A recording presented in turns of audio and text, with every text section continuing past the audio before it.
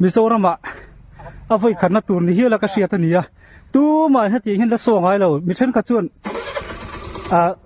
a ke ma ten choya kan hmu lom mo cycle te po an so chi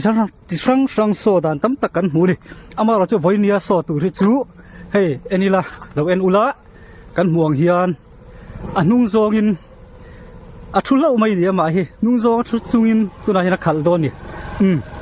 o hei a khal ta zet mai mu nom hle mai a mu nom lutuk hei nung zong in a so hei ti ve don la ka thiam hau lawang kai chuan mani a khan lo in chen ve hlom ula a har sat dan tur chu ma zong pon then khatin kan thiam hlei thei lawa ani ro chuan nung zong in a khal zer zat thei mai ni hei va thiam ve a ne so ngang mai hei